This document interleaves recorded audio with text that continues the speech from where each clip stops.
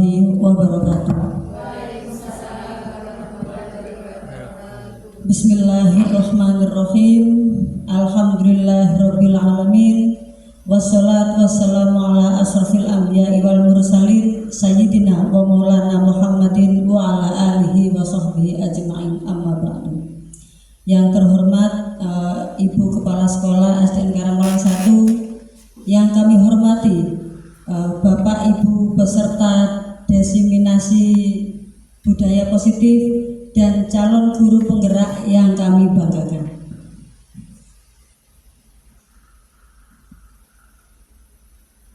Pertama, marilah kita panjatkan puji syukur kehadirat Allah, yang mana dengan hidayahnya lah kita bisa berkumpul di sini dalam melaksanakan acara yang insya Allah berkah dalam keadaan sehat walafiat.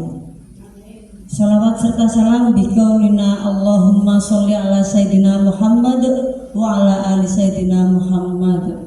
Hanya kepada beliaulah kita memohon, mudah-mudahan kita mendapatkan syafaat kelak di hari kiamat. Amin ya rabbal alamin. Bapak Ibu yang kami hormati, di sini kami sebagai pembawa acara izinkan kami membacakan susunan acara yang akan kita laksanakan hari ini. Adapun acara yang pertama yaitu pembukaan, yang kedua menyanyikan lagu Indonesia Raya, yang ketiga sambutan kepala sekolah, berikut acara inti, kemudian penutup yang akan ditutup dengan doa. Bapak Ibu, marilah kita buka acara ini dengan bacaan basmalah. Bismillahirrahmanirrahim. Acara selanjutnya yaitu menyanyikan lagu Indonesia Raya. Untuk segenap hadirin dimohon untuk berdiri.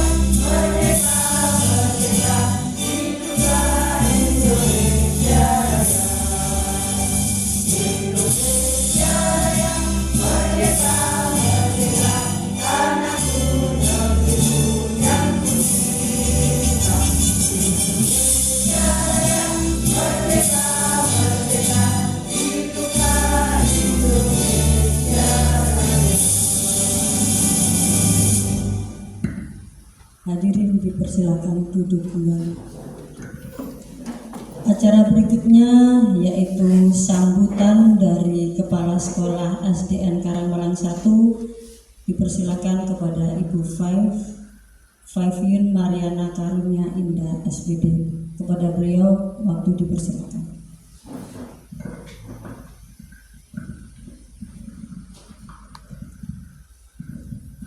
Bismillahirrahmanirrahim. Assalamualaikum warahmatullahi wabarakatuh.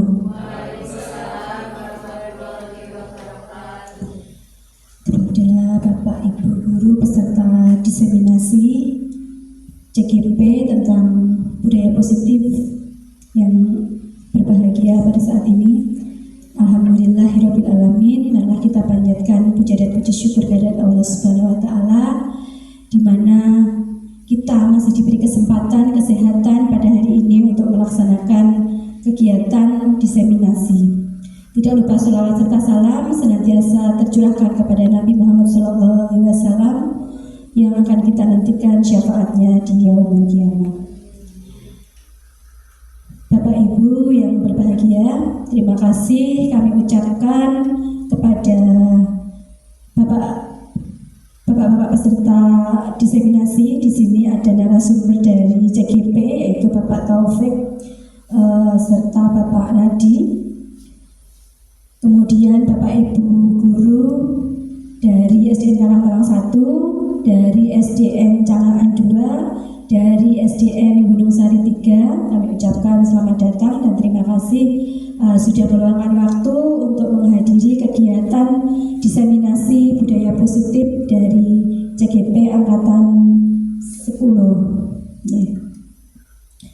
Bapak Ibu yang berbahagia, kegiatan diseminasi ini sangatlah bermanfaat dan penting bagi kita semua, karena di mana di dalam kegiatan ini akan ada pengimbasan ilmu yang itu akan bermanfaat untuk kita semua guna mendukung kegiatan kita di pembelajaran dan kegiatan-kegiatan lain yang ada di sekolah kita.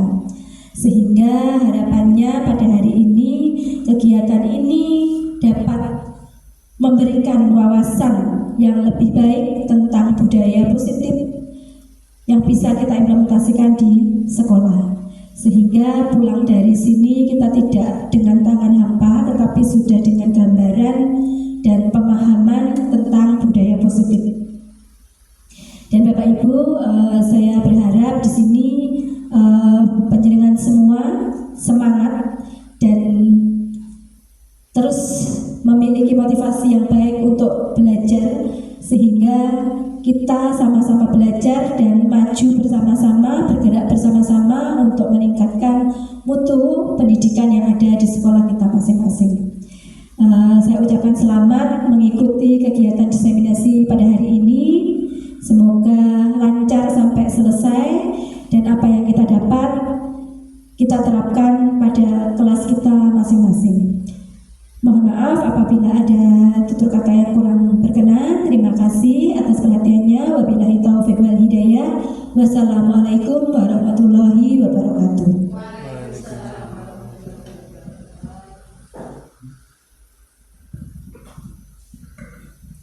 Kepada beliau disampaikan terima kasih. Adapun acara selanjutnya yaitu acara inti.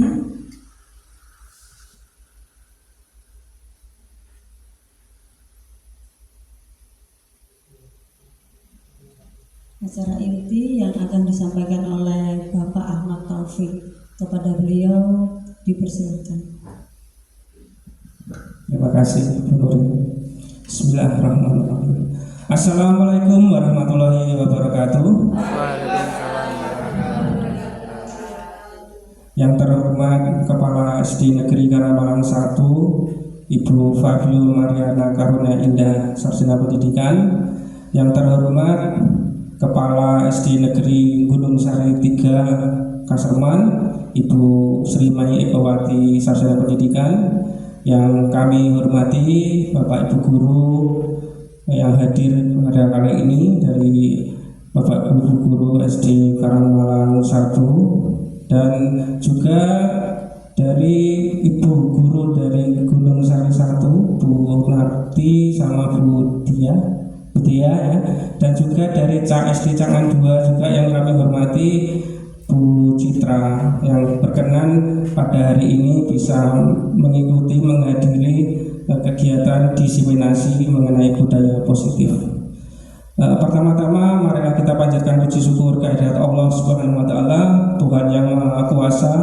Karena limpahan rahmat-Nya lah, maka pada hari ini, di siang hari ini kita bisa bertatap muka, bertemu dalam kegiatan diseminasi, diberikan kesehatan. Allahumma amin.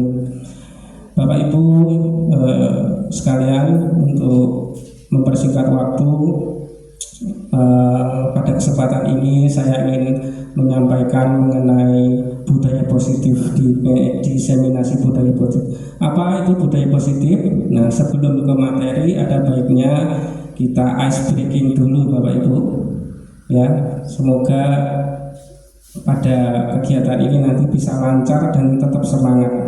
Ya, mohon untuk berdiri sejenak.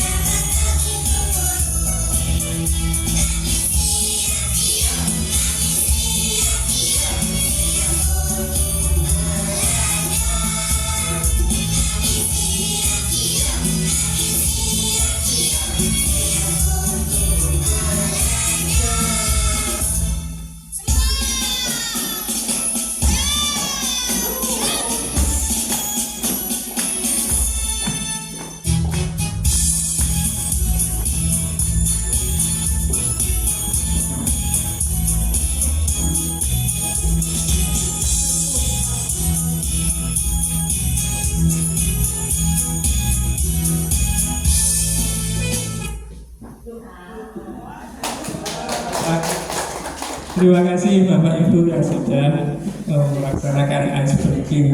Ya, meskipun ini siang hari, ice breakingnya pagi hari nggak apa-apa. Nah, Bapak Ibu, ini sebelumnya ada pertanyaan pemantik ya untuk Bapak Ibu yang hadir pada kesempatan ini. Ada pertanyaannya begini. Yang nomor 1, pemberian hukuman dapat mendisiplinkan siswa.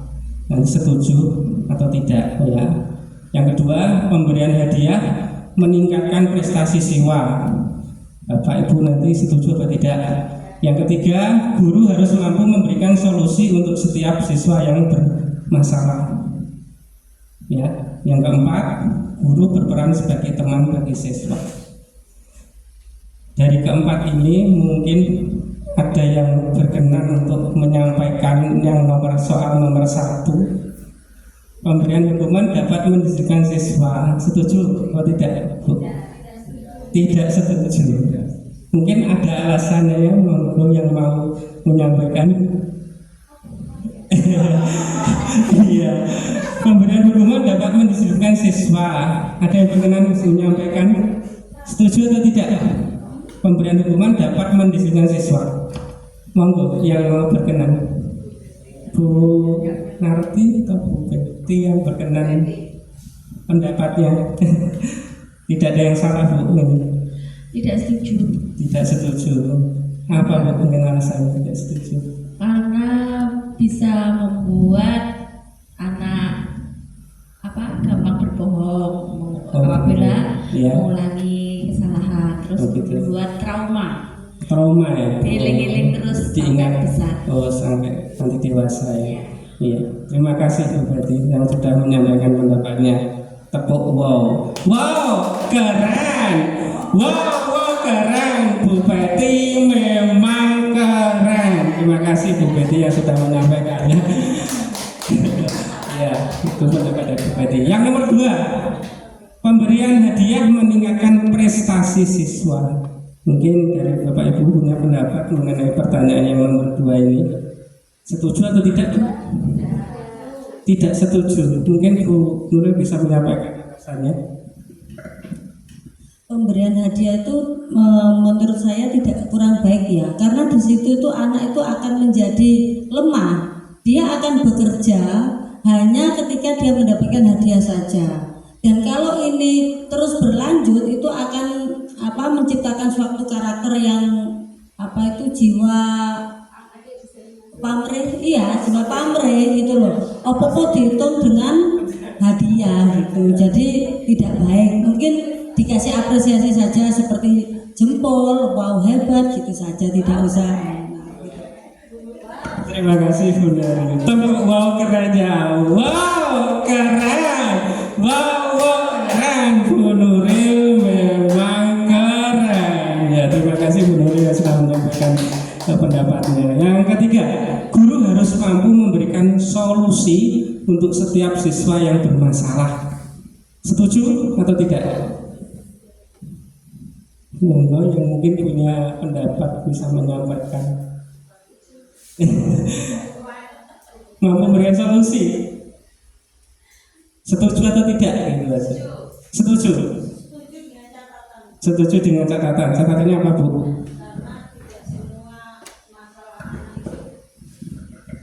Ini keren lagi dengan Ibu Nuril. Karena tidak semua masalah siswa itu ada di ranah kita. Kalau masalah itu datangnya dari keluarga, itu kita nggak bisa ngasih solusi. Tapi kalau masalahnya itu datang dari anak-anak, itu kita bisa kasih solusi. Gitu. Seperti misalnya masalah yang sudah terjadi, masalah karena misalnya itu kita bisa kasih solusi ke titik ya. Dan itu aja. Terima kasih Bu Nuril. Wow, keren. Wow, keren Bu Nuril, memang keren. Terima kasih. Yang keempat, guru berperan sebagai teman bagi siswa. Setuju? Tidak. Apa Pak Dadi mungkin bisa menyampaikan kenapa tidak? Ya, terima kasih Bapak Ahmad Taufik. Guru berperan sebagai teman bagi siswa. Jadi menurut saya ini tidak setuju karena apa? Ketika kita seorang pendidik menganggap peserta didik atau anak didik itu sebagai teman, maka kadang-kadang itu disalahgunakan oleh anak didik kita. Apa yang terjadi? Akhirnya mereka ini pada Bapak Ibu guru ini sikapnya menjadi kurang sopan. Kalau bahasa Jawa mengatakan keladuk wani kurang dugo. Jadi sudah apa itu namanya dianggap sebagai teman, terus kadang menyebut kita itu suka jangkar dan lain sebagainya. Nah itu menurut saya ini adalah pendidikan karakter pada peserta didik. Kalau kita sebagai pendidik itu menempatkan diri pada sebagai teman, maka anak didik tersebut akan berani kepada kita. Terima kasih. Terima kasih Pak Nadi yang sudah menyampaikan pendapatnya. Untuk Pak Nadi tepuk wow-nya. Wow, keren. Wow, keren. Pak Nadi memang keren. Ya, saya jadi apa ya tadi disampaikan Pak Nadi berkesan mengenai tadi apa itu pepatah Jawa. Apa Pak Nadi bisa diulang tadi? Keladuk wani kurang dugo. Keladuk wani kurang dugo. Nah ini kita karena orang Jawa, seyogyanya bisa meresapi apa itu pepatah Jawa yang disampaikan Pak Nadi. Terima kasih Bapak Ibu yang sudah menyampaikan pendapatnya mengenai pertanyaan pemateri ini. Kita lanjutkan berikutnya. Nah, Bapak Ibu izinkan saya menyampaikan beberapa konsep-konsep inti budaya positif. Yang pertama nanti kita akan membahas disiplin positif dan nilai-nilai kebajikan universal. Yang kedua teori motivasi, hukuman dan penghargaan, restitusi. Yang ketiga keyakinan kelas. Yang keempat kebutuhan dasar manusia dalam dunia berkualitas. Yang kelima restitusi, yaitu 5 posisi kontrol. Yang keenam restitusi mengenai segitiga restitusi. Itu adalah konsep-konsep inti budaya positif. Nah ini ke konsep pertama yaitu disiplin positif dan nilai kebajikan universal. Nah ini Bapak Ibu kita punya game ya, biar tidak apa itu nanti tegang, kita punya game. Ini gamenya begini, cobalah buka. Nah, ini mengenai perubahan paradigma permainan adalah cobalah buka. Kegiatannya yaitu kegiatan kepalan tangan. Ada A dan B, jadi ini ada Bapak Ibu nanti di sampingnya rekannya ya. Sobeklah sekali kertas, nanti tidak usah sebelah kertas, mungkin dibayangkan saja. Jadi nanti Bapak Ibu mengepalkan tangan ya. Letakkan salah satu tangan Anda dan genggam benda ya dengan segala daya. Buatlah sebuah kepalan teman Anda B akan mencoba dengan sekuat tenaga ya. Dicoba nanti misalnya Pak Nadi sama Bu Tuti, Pak Nadi yang mengepal gini, Bu Tuti nanti mencoba membukanya. Membukanya bagaimana? Nah, membukanya bisa membujuk, mengancam, meradi, merayu, menyuap, apa saja yang dapat membuka kepalan tangannya. Ya, waktunya hanya 30 detik Bapak Ibu. Jadi mungkin bisa berpasangan dulu. Nah, siapa yang A yang mengepal, siapa yang B mencoba membuka, silahkan boleh merayu, menggelitik atau nah, monggo dicoba Bu. 30 detik. Monggo. Dirayu ora.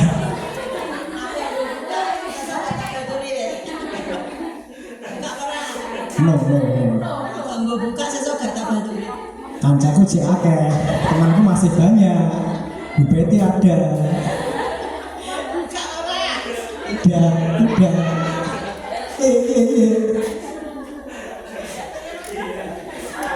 Terima kasih Bu Tuti sama Pak Nadi sudah menangkap amanah ini. Mungkin ada yang lain mencoba.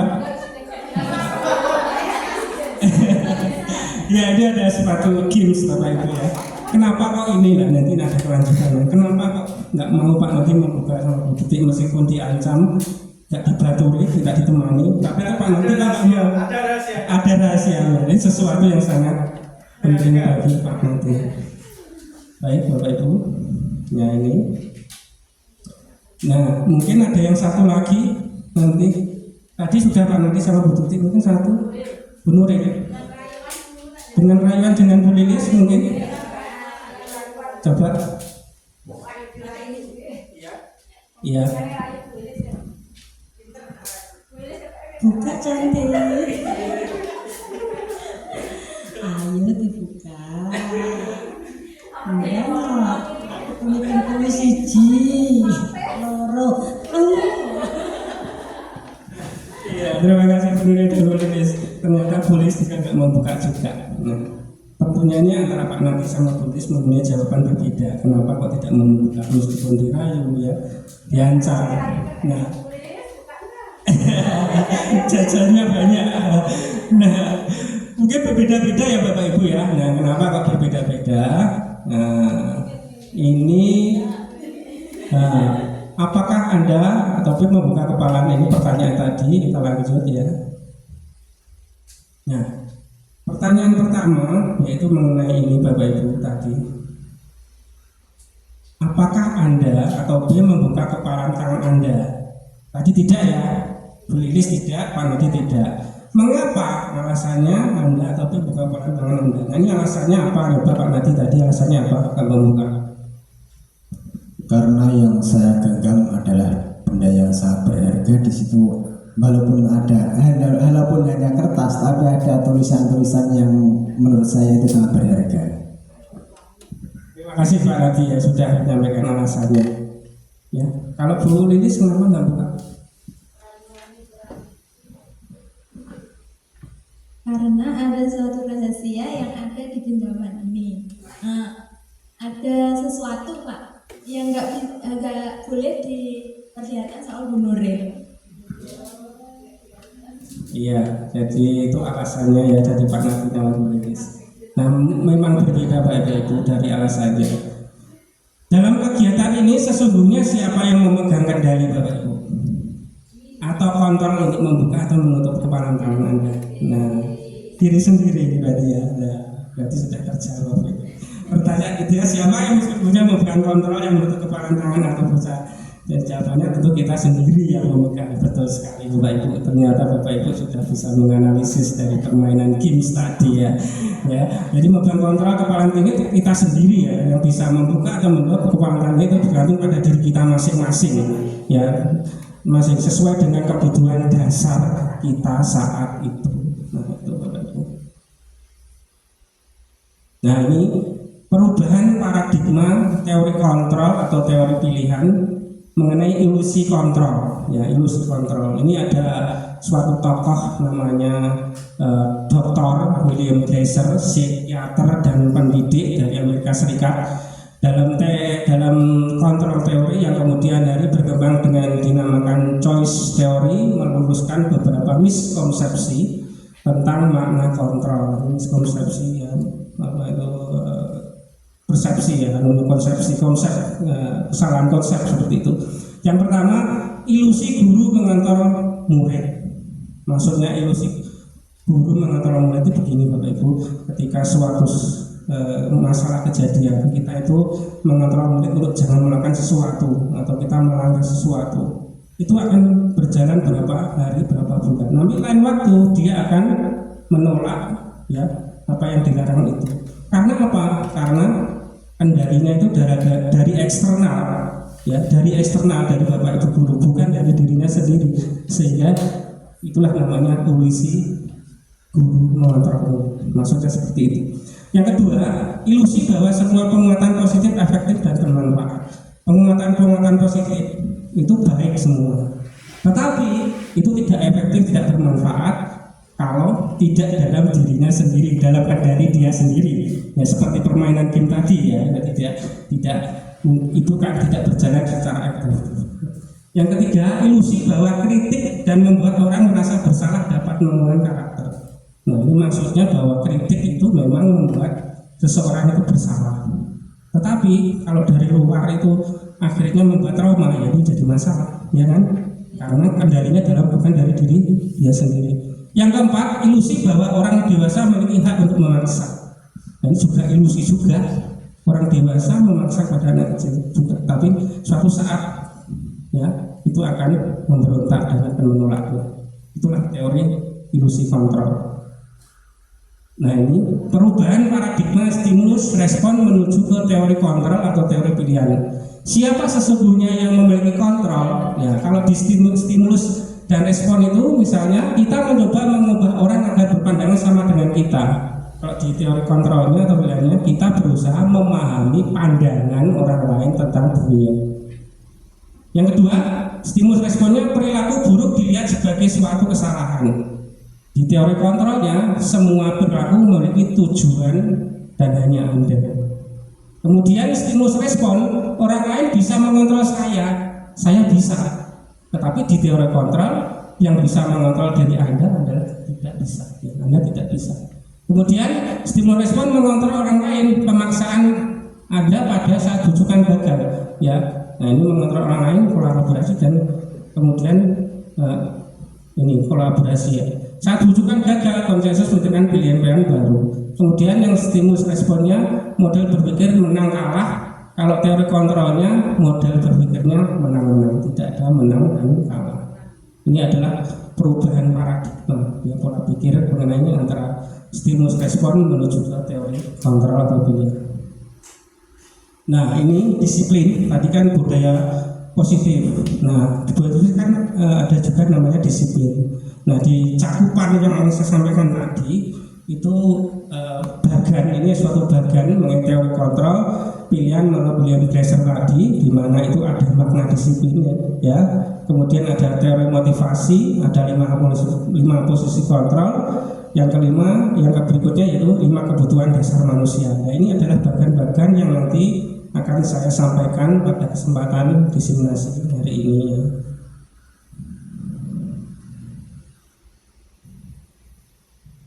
Nah, apa itu makna disiplin? Disiplin ya makna ya. Kalau tadi coba sekilas, ini Anda tidak bisa mengontrol orang lain, hanya Anda yang bisa mengontrol diri Anda. Makna disiplinnya belajar kontrol diri dengan menggali potensi kita agar tercapai tujuan mulia, yaitu sesuatu menjadi seseorang yang kita inginkan berdasarkan nilai-nilai yang kita hargai. Ini kemudian kita ke ini apakah makna disiplin? Ya, disiplin itu berasal dari bahasa Latin disiplina, yang artinya belajar. Makna asal dari kata ini berkonotasi dengan disiplin diri dari murid-murid Sokrates dan Plato, seorang filsuf dari Yunani. Kemudian disiplin diri membuat orang-orang menggali potensinya menuju sebuah tujuan, apa yang dia hargai. Namun ini ya, dalam budaya kita, makna kata disiplin telah berubah menjadi sesuatu yang dilakukan seseorang pada orang lain, bukan dirinya sendiri, tapi pada orang lain, untuk mendapatkan kepatuhan. Kemudian kecenderungan umum adalah menghubungkan kata disiplin dengan ketidaknyamanan, bukan dengan apa yang kita hargai atau kita pencapaian suatu tujuan yang mulia. Jadi ada pergeseran yang makna ya. Kemudian lanjutnya nilai-nilai kebajikan universal. Apa tuh nilai-nilai kebajikan universal itu? Nilai-nilai kebajikan adalah sifat-sifat positif manusia yang merupakan tujuan mulia yang ingin dicapai setiap individu. Nilai-nilai tersebut bersifat universal, dan lintas bahasa, suku bangsa, agama maupun latar belakang. Nah, ini setiap perilaku atau perbuatan memiliki suatu tujuan. Ini menurut Dr. William Glasser pada teori kontrol tahun 1984. Kemudian dengan mengaitkan nilai-nilai kebajikan yang diyakini seseorang, maka motivasi intrinsiknya akan terbangun. Diane Goshen, ini seorang tokoh pendidik dari Kanada tahun 1998, sehingga menggerakkan motivasi dari dalam untuk dapat mencapai tujuan nilai yang diinginkan.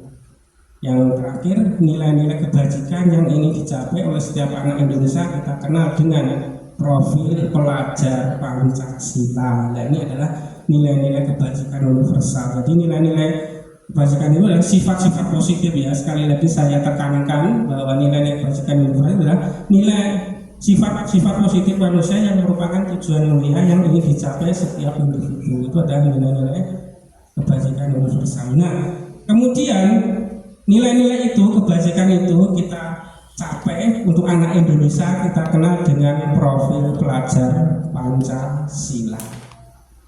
Nah, nanti bisa kembali lagi Pak nanti. Nah, ini jadi nilai-nilai kebajikan anak Indonesia itu saya sampaikan tadi adalah nilai kebajikan universal yang profil pelajar Pancasila, di mana profil pelajar Pancasila ini ada 6 dimensi. Yang pertama adalah beriman dan bertakwa kepada Tuhan Yang Maha Esa dan berakhlak mulia. Kemudian yang kedua berkenan global, yang ketiga bergotong royong, yang keempat kreatif, yang kelima benar kritis, dan yang keenam adalah mandiri. Itu adalah nilai-nilai kebajikan universal untuk anak-anak Indonesia, yaitu profil pelajar Pancasila. Nah, itu Bapak Ibu mengenai konsep inti budaya positif pertama sudah saya sampaikan. Mungkin ada tanggapan atau mungkin pernyataan dari yang saya sampaikan sebelum saya lanjutkan ke konsep inti yang kedua dari budaya positif. Ada pas ya? Ya, saya lanjutkan Bapak Ibu. Nah, sebelum injak ke konsep yang kedua, ice breaking dulu biar menyenangkan, nggak tegang ya Bapak Ibu. Ya monggo. Ini bahasa Inggris ya, walking ya, itu menurut aja.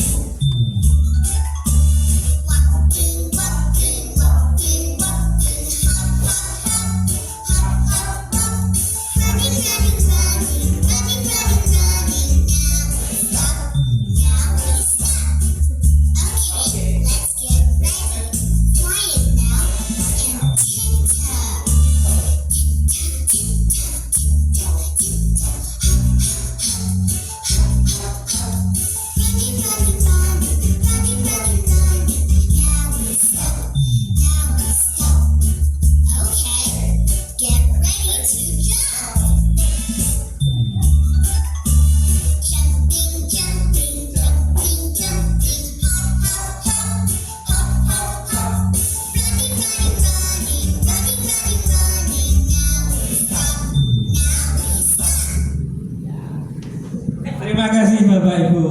Aplausnya mana? Biar semangat ya.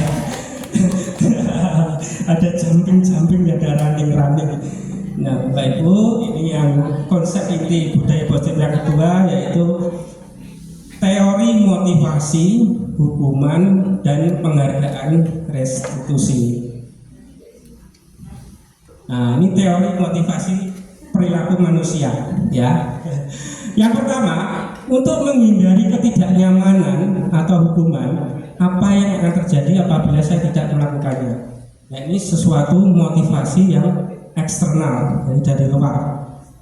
Ya, yang kedua, untuk mendapatkan imbalan dari orang lain atau institusi, apa yang akan saya dapatkan apabila saya melakukannya? Nah, ini adalah masih motivasi eksternal dari luar ya.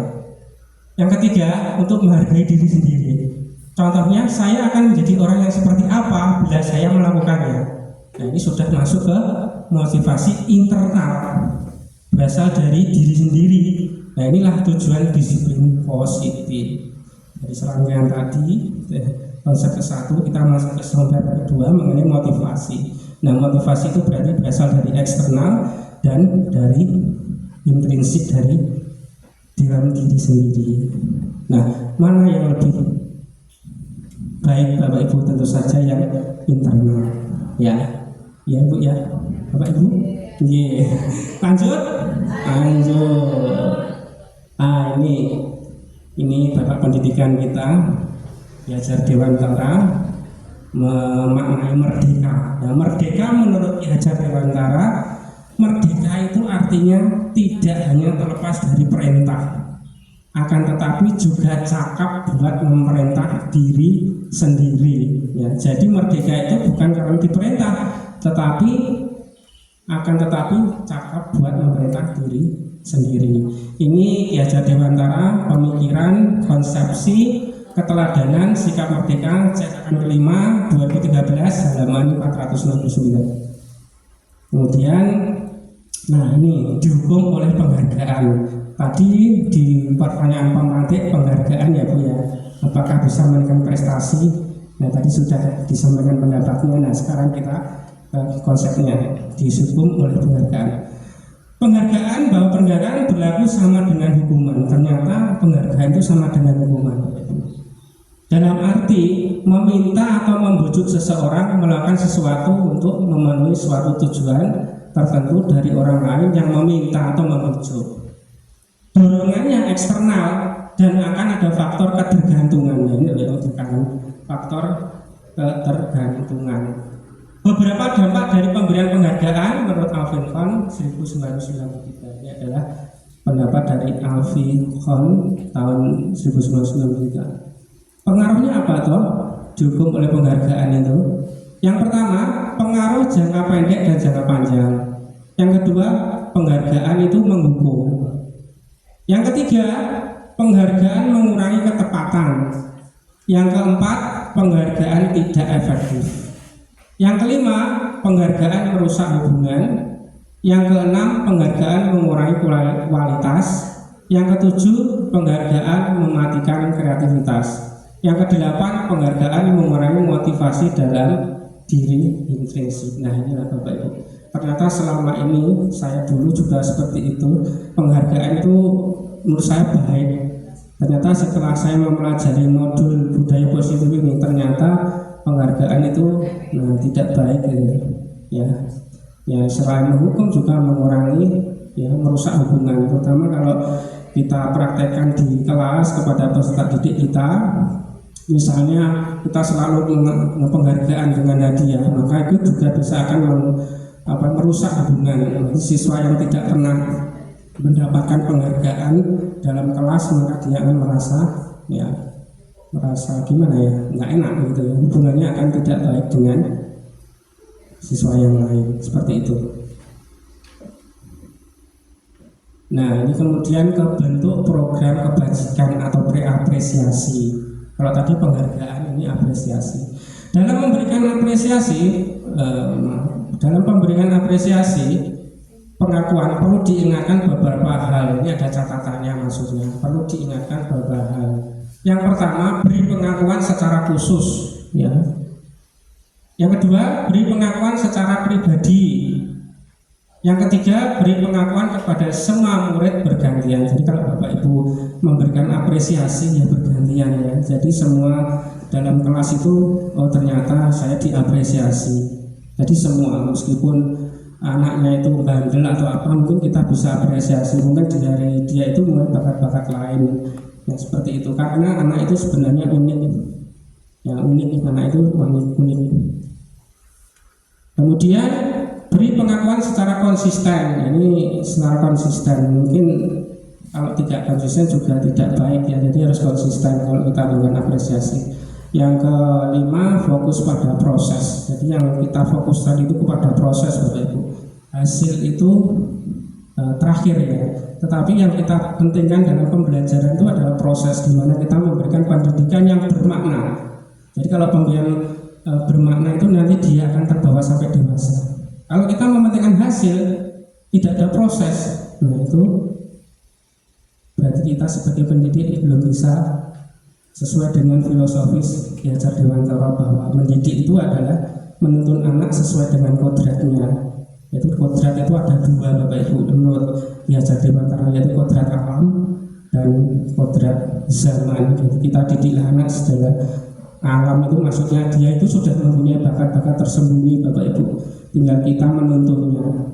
Kemudian zaman ya kita sesuaikan pembelajaran dengan zaman sekarang, seperti itu. Jadi kita tekankan proses. Nah, ini contoh pengakuan atau apresiasi kebajikan pembuka. Contohnya begini, kemarin saya perhatikan nilai kebajikannya, rasa empatimu besar sekali. Situasinya pada saat mendorong murid baru di kelas kita, jadi menolong murid baru kita di kelas kita, seperti itu. Kemudian pembukanya, saya menghargai nilai kebajikannya berarti kepedulianmu. Situasinya apa? Pada saat kamu membantu teman-temanmu di tugas kelompok. Jadi kalau ada pembukanya, saya menghargai ini ya. Saya menghargai ini berarti kepedulian. Nah, situasinya apa? Ya pada saat membantu teman-temanmu di tugas kelompok itu. Nah, kita berarti melakukan nilai kebajikan kepedulian. Kemudian pembukanya, terima kasih untuk nilai kebajikannya rasa tanggung jawab. Situasinya apa?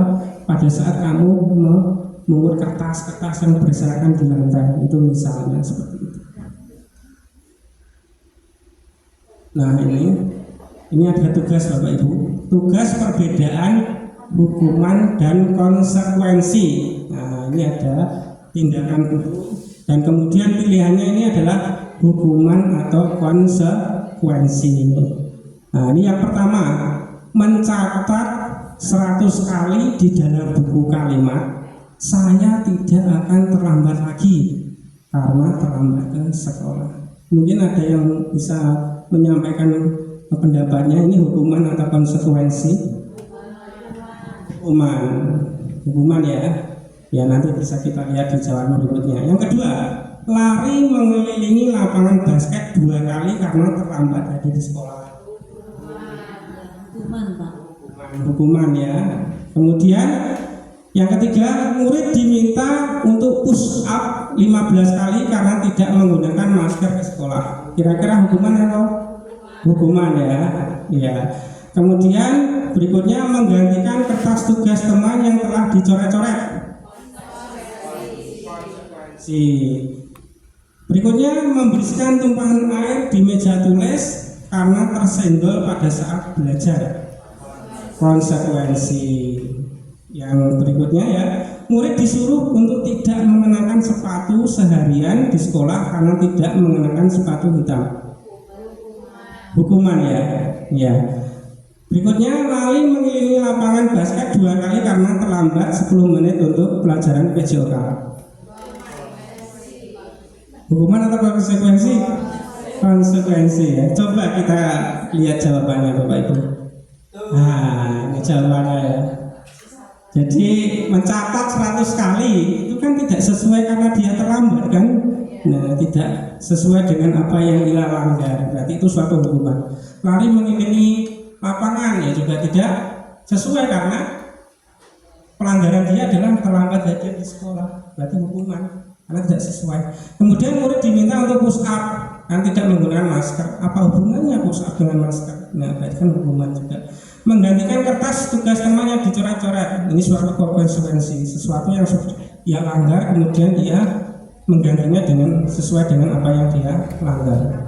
Kemudian membersihkan tumpahan air, ini juga konsekuensi ya, karena tersenggol pada saat belajarnya sesuai dengan ia lakukan kesalahan yang ia lakukan.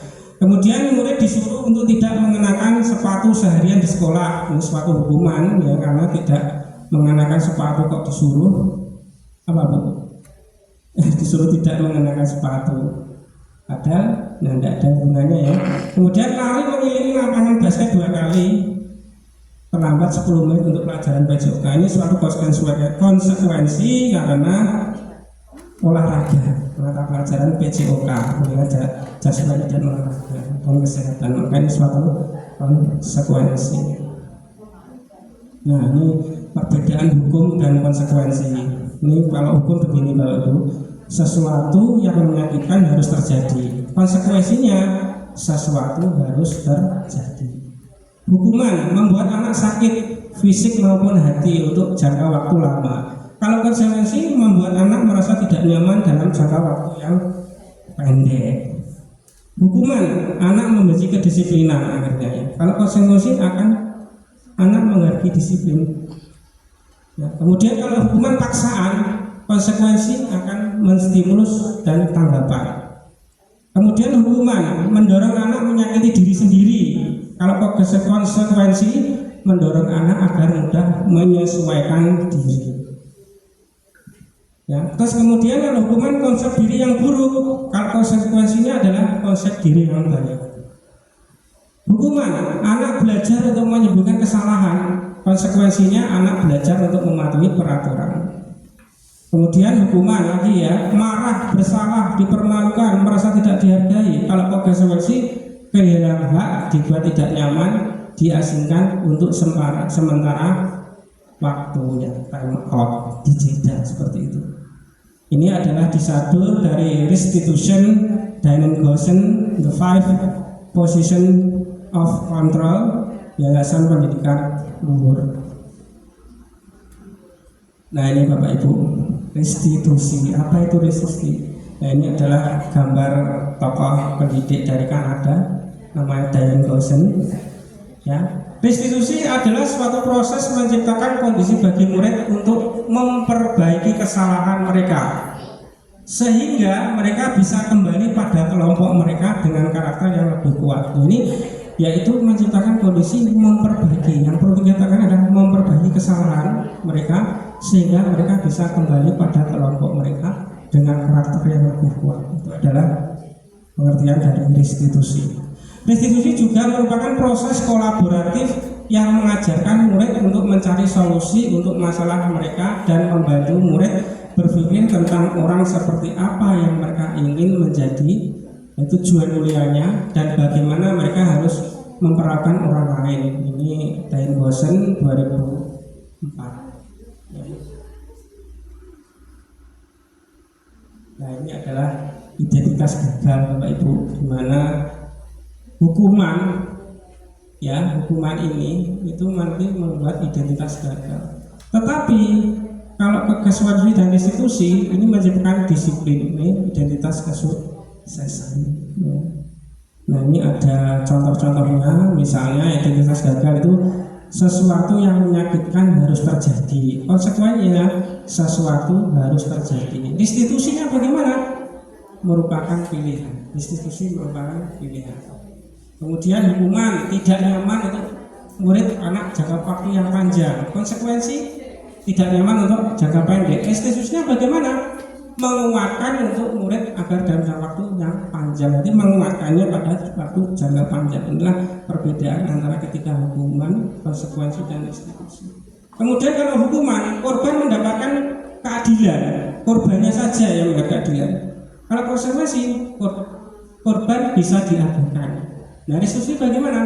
Korban mendapatkan ganti. Nah kemudian berikutnya hukuman, murid atau anak tersakiti, konsekuensi murid anak dibuat tidak nyaman. Kemudian kalau restitusinya, murid anak mendapatkan penguatan. Nah, itu kan lagi penguatan, ini juga penguatan tadi. Kemudian perilaku pasti agresif meningkat karena suatu hukuman tentu akan membuat anak menjadi pasif kemudian agresif. Konsekuensi penguatan hanya bertahan dalam waktu jangka pendek. Ya. Kalau restitusi masalah terpecahkan. Nah, ini kemudian ada lagi sistem tidak akan berjalan kalau hukuman ya. Bila murid tidak takut, tidak takut kan hukuman berarti anak-anak kan akan berontak, tidak takut. Kalau konsekuensi memerlukan monitoring dan supervisi terus-menerus dari guru, ini perlu dipantau terus agar dia bisa disiplin gitu ya. Kalau restitusi, murid belajar bertanggung jawab untuk perilakunya. Nah, ini berarti dari diri dirinya sendiri ya. Nah itu Bapak Ibu. Nah hukuman itu sifatnya negatif, konsekuensi itu netral, restitusi positif. Ini poin penting dari tiga ini, dari hukuman, konsekuensi, dan restitusi.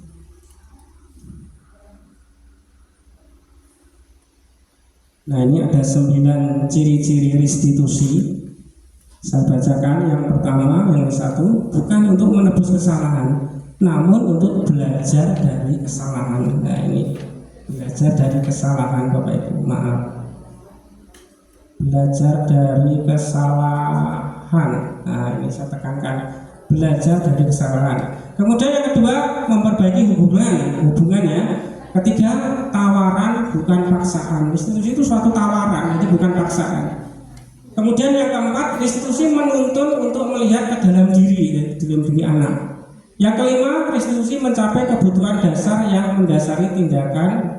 Yang keenam, restitusi diri adalah cara yang paling baik.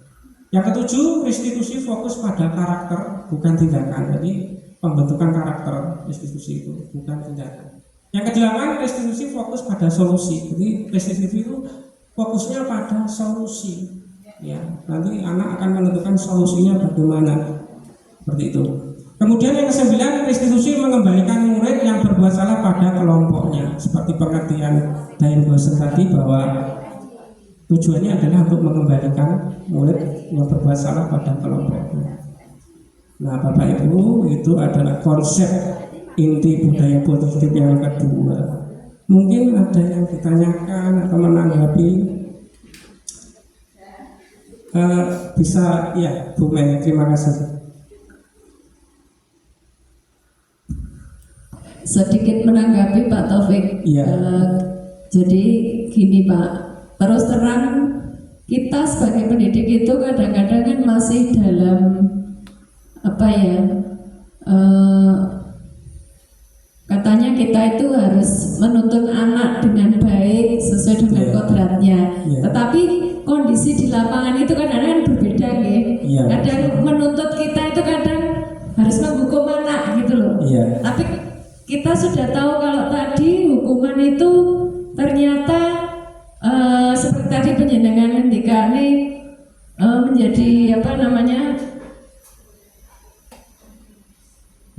Nah ini ya, hukuman itu menjadikan murid akan tersakiti. Nah padahal menurut kita itu bukan hukuman, tapi ternyata tuh di situ termasuk hukuman gitu loh Pak. Kadang kita itu masih di ilusi kita atau bagaimana, saya juga kurang paham. Tapi kenyataannya di lapangan kan seperti itu.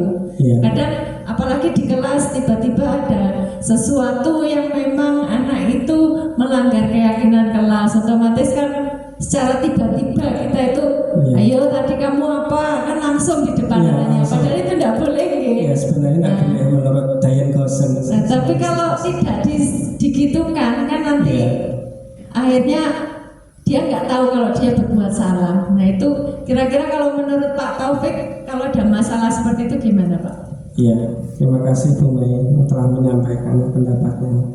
Begini, memang saya sendiri juga mengalami seperti itu. Kalau misalnya anak melakukan kesalahan atau pelanggaran, kita itu terus larinya ke hukuman. Nah, itu saat ini kita sebagai pendidik yang pertama itu harus mindsetnya diubah, karena ada perubahan paradigma. Nah itulah, meskipun kita sudah mengetahui ini kita terapkan, tetapi kok nanti lari-larinya ke ujungnya ke penghukuman. Nah jangan ya, kita coba belajar berkomunikasi sesuai dengan yang ini tadi ya, konsekuensi dan restitusi. Kita coba ke sini dulu aja Bu. Nah, tersakiti ya kan, tapi ini kita caranya berkomunikasi Bu. Misalnya ada anak berkelahi ya, kita langsung panggil ke kantor gitu ya.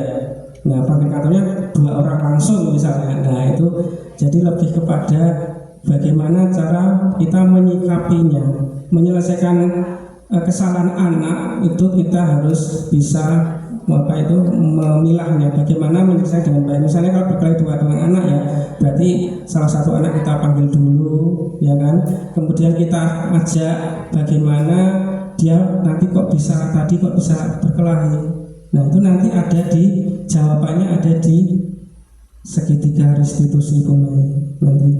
Jadi nanti bagaimana cara kita untuk mengubah. Yang pertama kita harus buka dulu paradigma kita mengenai hukuman seperti itu. Kita ubah dulu. Mungkin ini saat ini mungkin belum bisa diterapkan dengan baik, tapi tidak tahu nanti 10 tahun, 15 tahun lagi di saat Indonesia emas 2024-5 apa yang ini pendapat dari tokoh pendidikan dan dosen ini bisa membuat anak-anak didik kita menjadi lebih baik seperti itu. Jadi yang pertama yang sekali adalah mengubah paradigma dulu, terus bagaimana kita menerapkan meskipun itu belum bisa dengan baik diterapkannya, tapi kita mencoba sesuai dengan ini ya, konsekuensi dari restitusi. Sementara itu Bu Mai yang bisa saya jawab. Kemudian lanjut ya Bapak Ibu ke konsep ketiga. Nah, ini speaking dulu. Gak apa-apa ya Bu ya, ulang-ulang dibuat semangat ceria. Memang saya sengaja setiap konsep saya buat itu biar tidak jenuh Bapak Ibu. Nah ini ada ice breaking, senam peungin tapi pakai tepuk saja.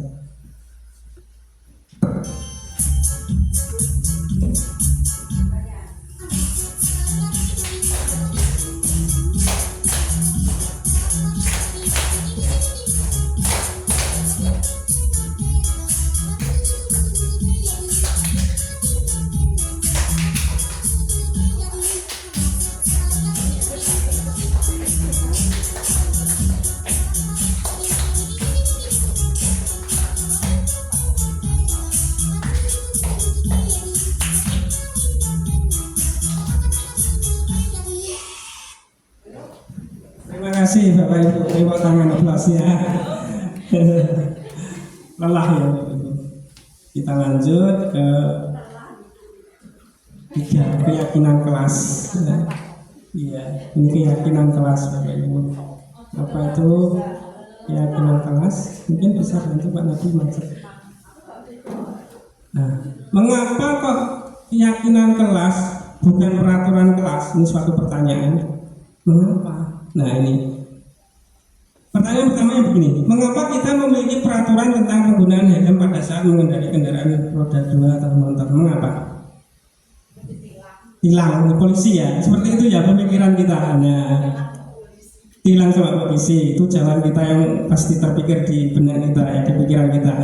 Kedua, mengapa kita memiliki peraturan keras harus datang tepat waktu pada saat mengikuti pelatihan? Mengapa? Biar tidak dihukum, biar tidak ketinggalan materi pelatihan seperti itu. Nah, itu adalah pemikiran-pemikiran kita selama ini. Nah, ini ada kaitannya lagi, kita kembali kepada konsep satu tadi. Nah, kalau satu ini kita ke konsep tadi berarti ini kan biar apa Bapak Ibu, kalau dari diri kita sendiri biar aman. Kalau kita memakai helm kalau jatuh kan, nah kepala kita ini kan bisa terlindungi. Itu kan berarti diri kita, bukan takut sama polisi. Seperti itu, berarti diri sendiri lagi, intrinsik lagi. Kemudian makanya kita memiliki peraturan harus datang tepat waktu pada saat mengikuti pelatihan. Ini biar tidak ketinggalan ya. Kalau yang benar berarti kita menghargai waktu Bapak Ibu. Karena dengan menghargai waktu, yang kita bisa bermanfaat bagi kita sendiri maupun bagi teman kita. Nah, untuk mendukung motivasi intrinsik, kembali ke nilai-nilai keyakinan, lebih menggerakkan seseorang dibandingkan mengikuti serangkaian peraturan-peraturan. Nah, ini maksudnya seperti itu. Jadi kembali lagi ke intrinsik seperti konsep apa tadi. Lanjut. Masuk lagi. Kembali lagi, satu lagi. Kembali. Satu lagi. Ya ini. Keyakinan kelas dibuat berdasarkan kesepakatan antara guru dan siswa. Jadi keyakinan itu dibuat antara guru dengan siswa, bersifat universal. Kalau peraturan biasanya dibuat oleh guru dan bersifat satu arah, tidak ada curang pendapat dari peserta didik. Nah ini dalam keyakinan kelas kita membuat itu ada prosedurnya Bapak Ibu. Yang pertama, yang proses pembentukan keyakinan sekolah atau kelas yang pertama itu mempersilahkan warga sekolah atau siswa untuk mencurahkan ide tentang peraturan yang disepakati, ya, ide tentang keyakinan kelas.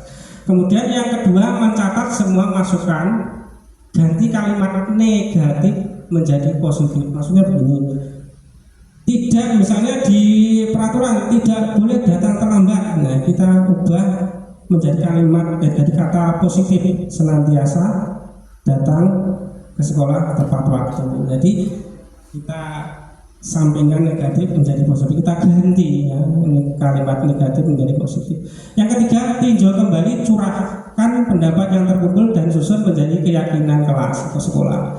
Yang keempat, tinjau ulang keyakinan kelas yang sudah tersusun.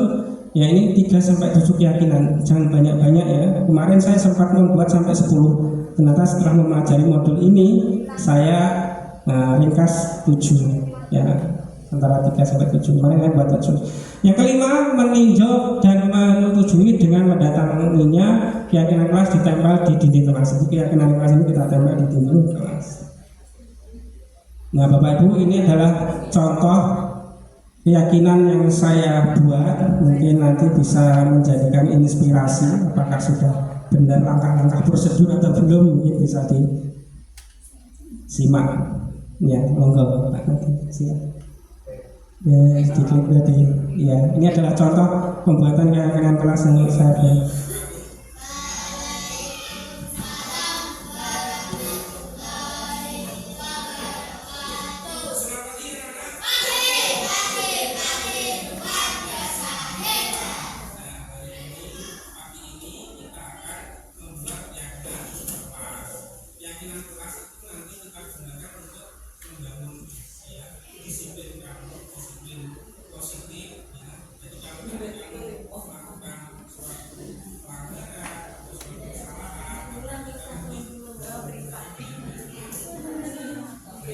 Menurut saya ini hanya 5. Asli 5 ini memang peserta didik saya.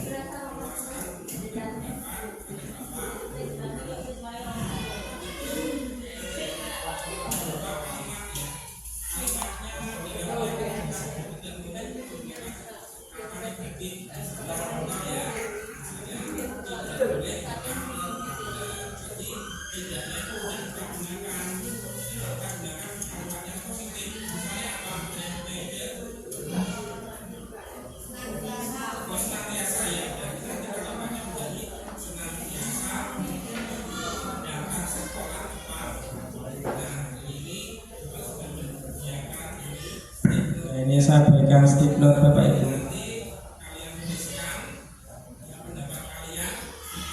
Saya melakukan curah pendapat, saya berikan stick note-nya.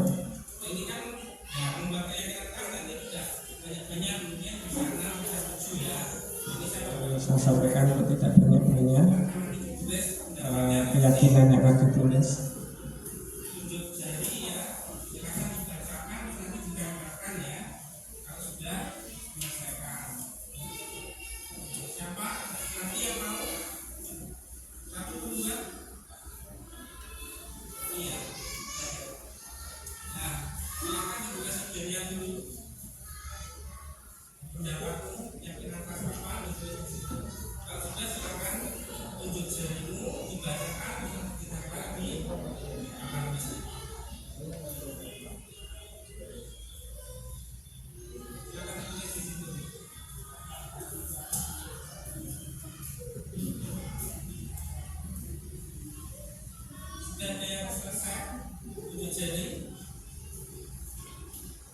Ya, bila apa pendapatmu? Setuju ya? Yang lain? Senantiasa berkata baik. Ya, setuju ya? Kita sepakat apa tidak nih? Ya, coba silakan kita jawab.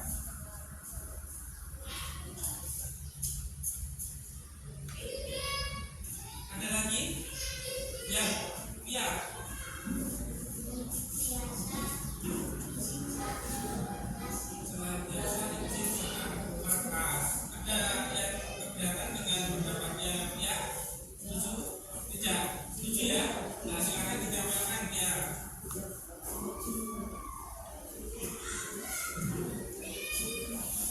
Bapak Ibu, ini adalah contoh pembuatan saya keyakinan kelas.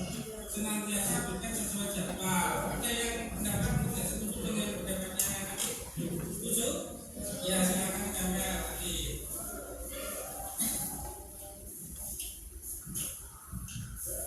Ada lagi dia enggak? Senantiasa berkata baik sudah ya. Yang lain. Nah itu Bapak Ibu ya, kira-kira seperti itu. Itu hanya sebuah contoh aksi nyata kemarin saya memegang kelas. Nah kemudian bagaimanakah antara peraturan dan keyakinan kelas? Ya, kalau peraturan itu selalu kembali kan buku ke tempatnya. Contohnya seperti keyakinan kelas tanggung jawab. Kemudian peraturan dilarang mengganggu orang lain, keyakinan kelas menghormati orang lain. Nah itu adalah contoh peraturan dan keyakinan kelas. Hadir di sekolah 15 menit sebelum pembelajaran dimulai, keyakinan kelas yang menghormati orang lain dan berkomitmen. Itu ada contoh Bapak Ibu ya, antara peraturan dan keyakinan kelas. Saya lanjutkan saja yang keempat, yaitu konsep inti budaya hidup, yaitu kebutuhan dasar manusia dan dunia berkualitas. Seperti apa toh kebutuhan dasar manusia dan dunia berkualitas itu?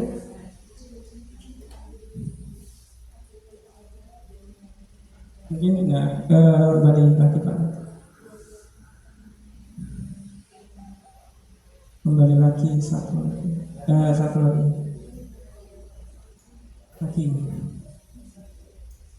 Satu lagi Pak. Pakai mouse Pak lagi. Mouse-nya ada. Nah, lagi. Kebutuhan dasar tadi. Nah ini kebutuhan dasar manusia itu ada berapa Bu? Ada berapa? Ada 5 ya.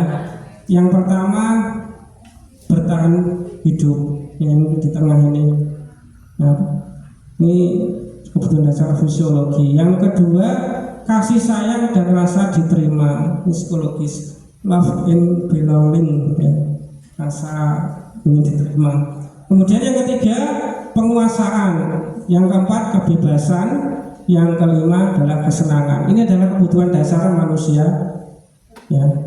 Misalnya peserta didik kita kok nuwakal bandel, berarti ada sesuatu kebutuhan dasar mereka yang tidak terpenuhi ya. Mungkin kasih sayang dari orang tua, seperti itu. Jadi dia melakukan sesuatu itu pasti ada kebutuhan dasarnya yang tidak terpenuhi. Kita lanjut ya. Aku senang main kejar-kejaran dengan ibu guru. Seru. Ini kita kira-kira kebutuhan apa? Kasih sayang. Aku senang main kejar-kejaran dengan ibu guru. Kasih sayang atau apa? Kesenangan. Nah, yang kedua, ibu kejar aku karena ibu kejar aku. Ibu kejar aku. Pak, nanti coba diklik ada tuh, ini pointernya enggak klik satu. Bukan lagi. Nah, lagi satu lagi Pak, nanti satu lagi. Lagi kembali. Nah, ibu kejar aku karena ibu guru sayang aku. Gimana Bu kira-kira ini apa ini? Ibu kejar aku. Kasih sayang, kesenangan, kebebasan, pengakuan, penguasaan. Ya, monggo dia sendiri. Yang ketiga, aku hebat kan, bisa bikin ibu guru kejar aku. Berarti dia apa? Pengakuan ya, penguasaan ya, penguasaan. Yang keempat, aku bosan belajar mewarnai terus di dalam kelas. Berarti kira-kira kurang apa ini? Kebebasan. Nah, itulah kebutuhan dasar peserta didik kita. Lanjut, dunia berkualitas. Tadi kan ada kebutuhan dasar dan dunia berkualitas itu yang bagaimana kok? Yang pertama, siapakah orang yang paling penting dalam hidup Anda? Siapa Bu? Keluarga, ibu, bapak. Nah, tiap-tiap orang pasti berbeda. Yang kedua, nilai-nilai kebajikan apa yang terpenting dalam hidup Anda? Kebajikan apa kira-kira? Terbuka, jujur. Nah, itu nilai-nilai kebajikan universal ya Bapak Ibu ya. Seperti itu. Yang ketiga, kalau Anda menjadi orang yang ideal, karakter atau sifat apa yang paling ingin Anda ada berdiri Anda, apa pencapaiannya? Kalau ingin jadi istiqomah kebaikan. Ya. Kemudian Anda yang Anda sangat banggakan, apa yang Anda sangat banggakan? Dibanggakan apa? Keberhasilan. Yang saya banggakan adalah saya itu itu adalah dunia yang berkualitas, ya seperti itu. Lanjut, gimana Bu? Speaking apa enggak Bu? Lanjut ya. 5 posisi kontrol. Nah ini yang konsep inti yang kelima adalah 5 posisi kontrol. Apa saja? Yang pertama itu adalah penghukum. Yang kedua pembuat merasa bersalah. Yang ketiga teman. Yang keempat pemantau. Yang kelima manajer. Jadi 5 posisi kontrol guru. Ini nanti Bapak Ibu coba analisis kira-kira selama ini kita menggunakan posisi kontrol yang mana? Apakah penghukum, pembuat merasa bersalah atau teman? Coba. Nah ini adalah video mengenai penjelasan 5 posisi kontrol.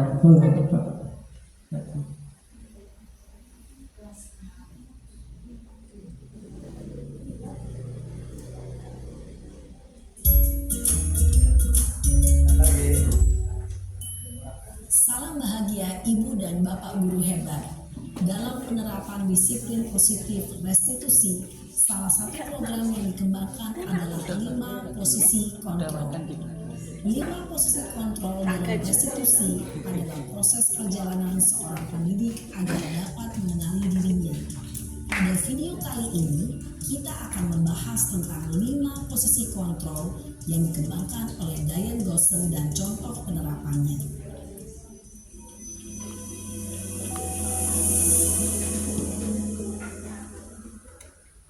5 posisi kontrol itu adalah 1. Posisi penghukum, 2. Posisi pembuat merasa bersalah, 3. Posisi teman, 4. Posisi pemantau atau monitor, dan 5. Posisi manajer. Untuk lebih memahami kelima posisi tersebut, mari kita saksikan kasus Naren yang terlambat hadir 20 menit di sekolah dan melihat bagaimana kelima posisi kontrol dalam menghadapi masalah tersebut. Yang pertama ini penghukum ya Bapak Ibu.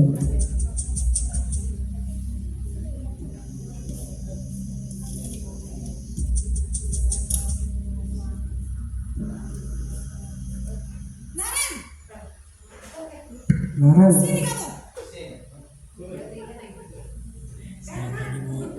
Selalu terlambat. Kamu deh pasti terlambat. Maaf Bu, saya Apa coba? Alasan kamu apa lagi? Kapan sih kamu tidak terlambat?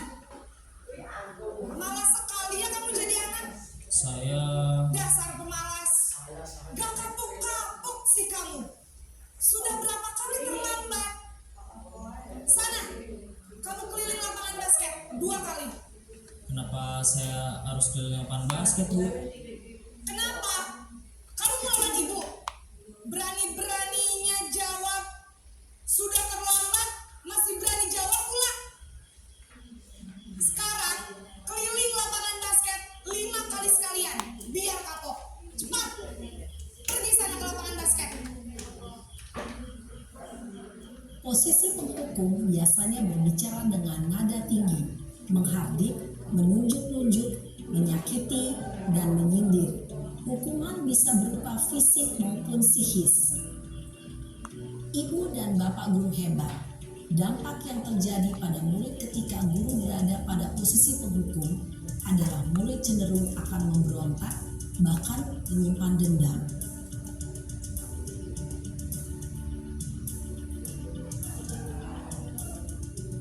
Yang kedua membuat merasa bersalah.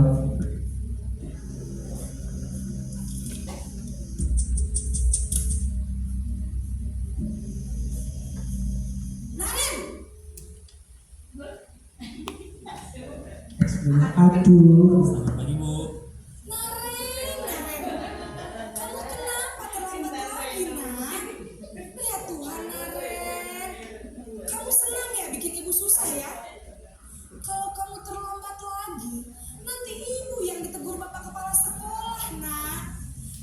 Bapak Ibu tidak bisa membina kamu.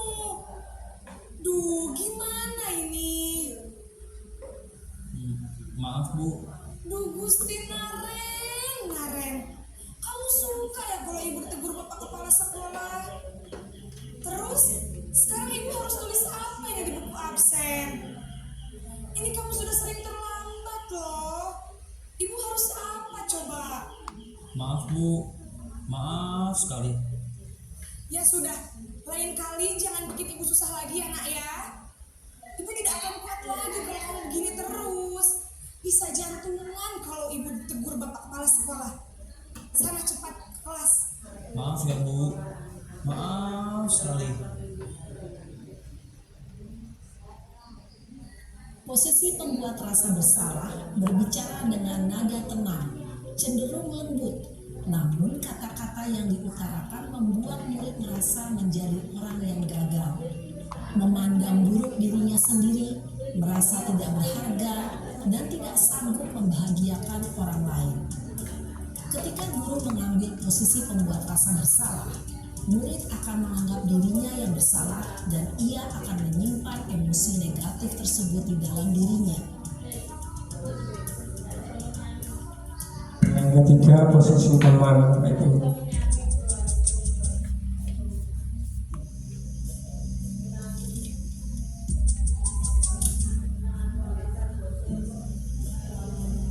Naren!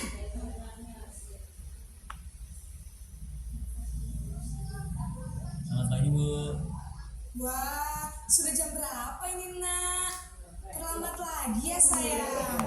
Iya Bu, habis ibu saya lupa bangunkan saya Bu. Kamu malah menyalahkan ibu kamu. Kamu bukannya anak yang mati. Harus gitu ya sebenarnya. Kok terlambat sih? Iya Bu, saya memang terlambat bangun tadi. Jadi biarpun saya lari kencang, tetap gak kekejar Bu. Ya sudah sana. Nanti lain kali larinya lebih kenceng lagi ya. Biar gak terlambat lagi.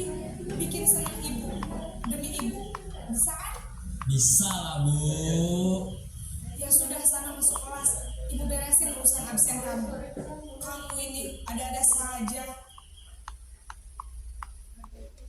Dalam posisi teman, guru berbicara dengan nada suara ramah, akrab, cenderung bersenda gurau untuk menjaga suasana tetap santai.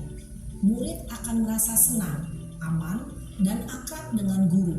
Identitas yang tercipta adalah identitas sukses atau berhasil. Namun, perlu diingat, karena ini masih dorongan eksternal, maka ada faktor ketergantungan dari murid kepada orang tertentu.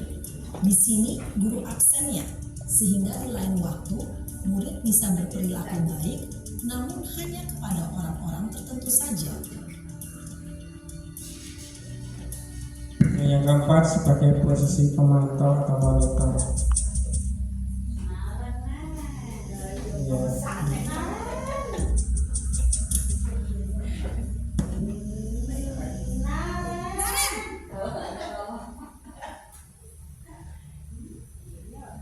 Selamat pagi Bu. Naren, apa peraturan sekolah kita tentang jam berapa kita harus masuk sekolah, Nak? Kita harus di sekolah jam 7 Bu. Iya betul, sekarang sudah jam 7.20. Naren sudah tahu konsekuensinya jika terlambat hadir.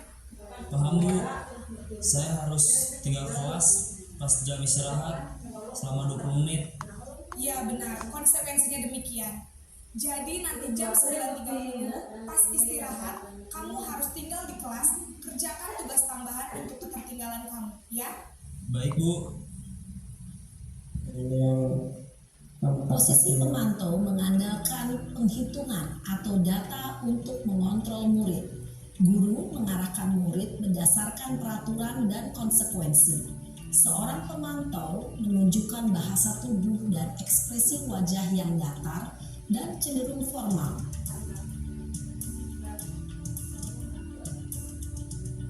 Ini terakhir ya Bapak Ibu ya, posisi terakhir yaitu posisi manajer.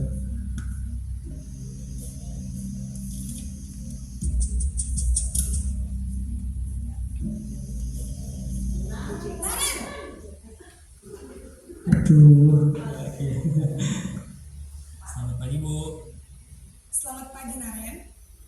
Maaf Bu, saya terlambat. Iya, sekolah masuknya jam 7, sekarang sudah jam 7.20. Jadi sekarang bagaimana ini Naren? Maaf Bu, saya lupa setel alarm saya semalam. Baiklah, menurut kamu, keyakinan sekolah yang mana yang perlu kamu tingkatkan? Menghargai diri sendiri dan orang lain mungkin ya Bu. Setuju. Jadi, apakah Naren meyakini prinsip saling menghormati tersebut? Iya Bu, Keyakinan. saya meyakininya. Apakah Naren bersedia memperbaiki masalah keterlambatan ini? Bersedia Bu. Bagaimana kamu akan perbaiki masalah Yang keterlambatan ini? menanyakan solusinya, memperbaiki masalah ini bagaimana, seperti itu. Saya akan coba untuk tidak lupa menyetel alarm saya Bu. Baik, kalau Naren lupa menyetel alarm di rumah, ada orang yang kira-kira bisa bantu mengingatkan tidak? Ada Bu, kakak saya, Kak Emma. Ada lagi selain Kak Emma? Selain Kak Emma, ada ibu saya. Baik, jadi yang mengingatkan Naren adalah Kak Emma dan ibu kamu ya? Kira-kira akan mulai setel alarm kapan nih Naren? Setelah pulang sekolah, akan segera saya lakukan. Baik, jadi Naren akan setel alarm untuk bangun besok pagi dan akan diingatkan oleh kakak dan ibunda Naren ya. Ada lagi yang mungkin perlu dilakukan Naren agar tidak terlambat bangun lagi?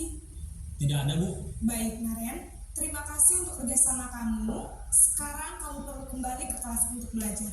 Baik Bu, terima kasih. Posisi manajer adalah posisi kontrol yang disarankan untuk membimbing murid memiliki sikap disiplin yang positif, yaitu murid yang mandiri, bertanggung jawab, dan dapat memecahkan masalah. Tujuan dari posisi ini adalah agar murid dapat berefleksi atas tindakannya. Guru akan dengan tulus memberikan pertanyaan-pertanyaan bermakna, sehingga membuat murid dapat belajar dari kesalahannya Belajar dan mencari mandiri, sebuah bertanya solusi diri, dan untuk dapat menyelesaikannya. memecahkan masalah. Ibu dan bapak guru hebat Itu adalah setelah mengamati adegan kelima posisi kontrol posisi tadi. kontrol. Kira-kira posisi mana yang paling ideal? Posisi mana yang dapat menunjang motivasi intrinsik murid? Ya, tentu posisi manajer. Posisi ini memang posisi ideal yang ingin dituju setiap pendidik. Pada posisi inilah, guru dapat menerapkan disiplin positif yang berpihak pada murid, yang memerdekakan murid. Perjalanan seorang pendidik tentunya tidak mudah untuk sampai pada posisi seorang manajer. Namun, tujuan kita pasti, yaitu menciptakan murid-murid yang mandiri, merdeka, dan bertanggung jawab. Semoga penggambaran Bapak nanti bisa dilanjut. Nah Bapak Ibu itu tadi ya. Jadi yang ideal itu adalah posisi apa Bapak Ibu? Manajer. Ya, manajer. Kenapa kok manajer? Karena pada posisi itu bisa menumbuhkan disiplin positif yang kedua, yang pertama, yang kedua berpihak pada murid, yang ketiga adalah bisa apa tadi? Mencari solusi masalah sendiri, bertanggung jawab seperti itu. Nah, ini terakhir konsep mengenai inti dari budaya positif yaitu segitiga restitusi Bapak Ibu. Kita lanjut. Nah, segitiga restitusi itu ada tiga tahap. Yang pertama adalah menstabilkan identitas, ya. Yang kedua menvalidasi, ya, validasi kesalahan, ya, tindakan yang salah. Yang ketiga adalah menanyakan keyakinan. Pertanyaannya menstabilkan identitas seperti ini. Setiap orang pasti pernah melakukan kesalahan. Kamu bukan satu-satunya yang pernah melakukan ini. Ini adalah menstabilkan identitas. Kemudian untuk menanyakan validasi tindakan yang salah, mungkin pertanyaan seperti ini. Kamu tentu punya alasan mengapa melakukan itu, seperti itu. Kemudian yang terakhir menanyakan keyakinan. Nilai-nilai apa yang telah kita sepakati, ya, jadi keyakinan kelas yang kita sudah buat tadi kita terapkan untuk melakukan yang segitiga restitusi pada tahap akhir, ya. Jadi jangan langsung menanyakan keyakinan dulu. Kalau menanyakan dulu berarti posisi kita bukan sebagai manajer, tetapi sebagai pemantau, seperti itu. Lanjut Bapak Ibu. Nah ini kata-kata yang tadi sekilas seperti tadi Bapak Ibu ya, berpuasa itu hal yang manusiawi, itu menstabilkan. Guru kalau validasi kebutuhan kamu bisa saja melakukan hal yang lebih buruk tapi kamu tidak melakukannya, kamu pasti punya alasan. Itu validasi keyakinan seperti apa yang kita belajar di kelas kita seperti tadi. Nah, ini skenario kasus yang saya lakukan di kelas saya. Ya, ini Yusuf sering datang terlambat ke sekolah dan tidak melaksanakan piket kelas seperti teman-teman lainnya. Ini adalah contoh videonya Bapak Ibu, mungkin bisa diputarkan.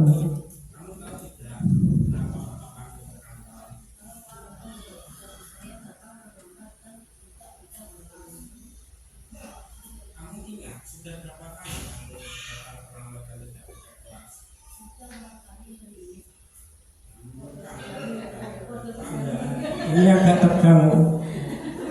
Ya. Nanti yang satu mungkin agak rileks. Ya, ini menstabilkan ya, menstabilkan identitas.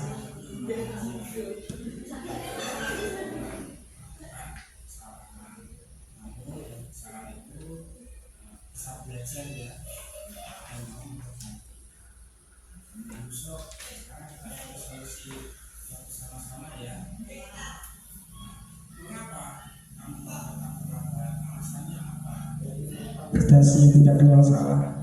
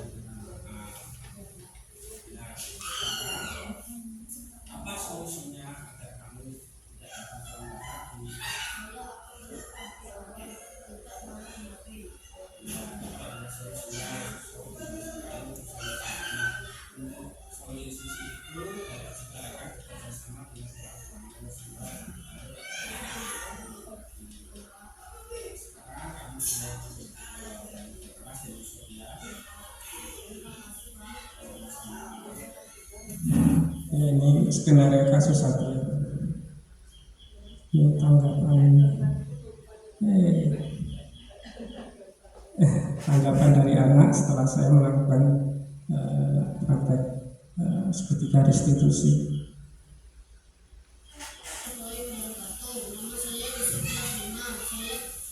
Saya senang sekali diajak berdiskusi sama Bapak Guru untuk menemukan solusi atas kesalahan yang saya lakukan. Saya tidak akan Tertekan ya, mungkin dia mengingatnya apa yang kita skenario-kan. Yang kedua Pak Nadi, Nah, ini skenario kedua, Bintang emosi dan marah kepada Randy karena saat mengerjakan tugas yang diberikan Pak Guru, Randy mencontek jawaban yang dibacakan Bintang. Ini skenario kasus kedua. Nah, ini agak ya.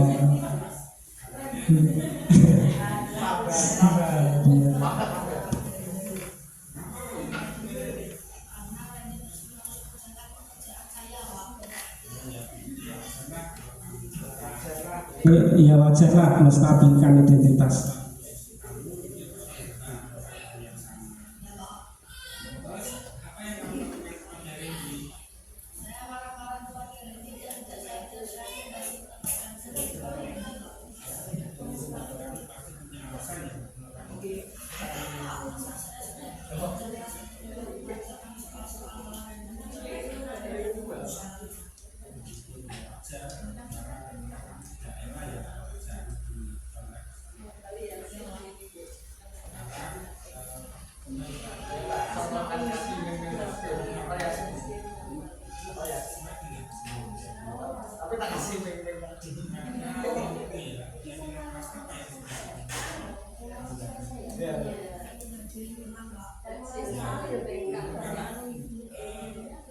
menghormati dan berteman itu penting. Penting. Bagaimana cara itu ya? Iya.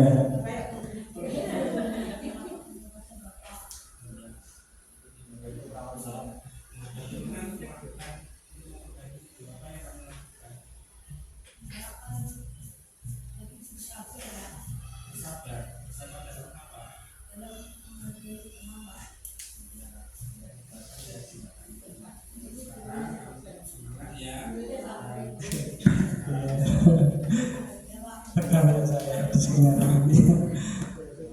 Bu, skenario kasus saya ini tanggapan anak yang sudah saya ajak untuk melakukan praktek aksi nyata segitiga restitusi. Mungkin Pak Nadi bisa di apa itu di ya putar tanggapannya.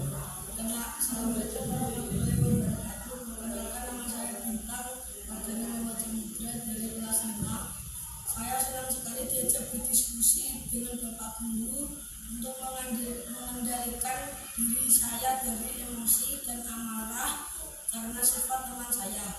Saya belajar untuk bersabar dan menghormati teman saya. Iya, Bapak Ibu, itu adalah aksi nyata saya praktek segitiga restitusi dengan siswa saya. Nah, Bapak Ibu, di penghujung acara ini, sebelum saya akhiri, mari kita merefleksikan Bapak Ibu.